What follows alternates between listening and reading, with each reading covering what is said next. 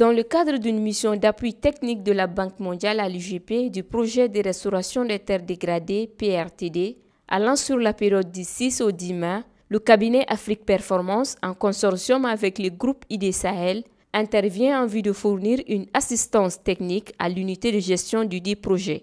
La session de formation a eu lieu le jeudi 9 mai 2024. Il faut rappeler qu'au Mali, près de 90% des ménages dépendent du bois de chauffe et du charbon de bois pour leurs besoins énergétiques. Plus de 100 000 hectares de terres sont perdus chaque année, bien plus que la superficie reboisée actuellement évaluée à 10 000 hectares seulement. Ainsi, sur les 32 millions d'hectares de forêts répertoriés au Mali en 1985, il n'en reste actuellement qu'environ 17,4 millions d'hectares.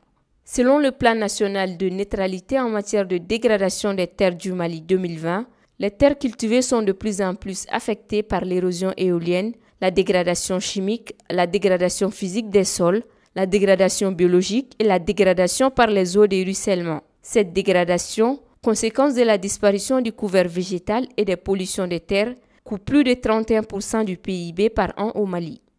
Pour répondre à toutes ces problématiques, le gouvernement du Mali, avec l'accompagnement technique et financier de la Banque mondiale, a initié le projet de restauration des terres dégradées au Mali, PRTD Mali, dont l'accord de financement d'un montant de 130 millions d'euros, soit un peu plus de 90 milliards de francs CFA, a été signé le 7 juin 2023 et la mise en vigueur effective le 10 janvier 2024.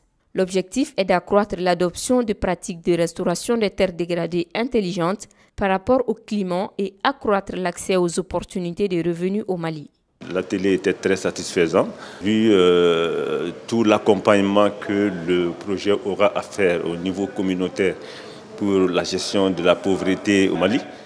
Nous, ID Sahel, on serait là pour une assistante technique auprès du projet. Et cette assistante technique serait comme un conseil au niveau de l'unité de gestion sur les aspects diversifiés, en fait, pour tout ce qui est aménagement, le plan d'aménagement forestier, pour ce qui est les aspects pastoraux, pour ce qui est les aspects aussi développement social. On fera des appuis à l'unité de gestion du projet sur, comme on appelle, c'est une mission d'assistance à la carte, et, comme on le dit, à la demande. On doit appuyer l'unité de gestion du projet au niveau de ces différents domaines d'intervention. Et cette mission, comme on l'a dit, va se dérouler sur plusieurs années. La mission d'appui a concerné aussi les ONG qu'on appelle les IP, les institutions partenaires, qui doivent appuyer au niveau des zones d'intervention auprès des communautés pour les aspects de sous-projets. Et ces sous-projets qui seront financés suivant une subvention de la Banque mondiale à 100%. Les communautés n'ont pas de quote-part, mais c'est des projets qui répondent aux aspects du respect de l'environnement et des projets qui doivent être des projets durables.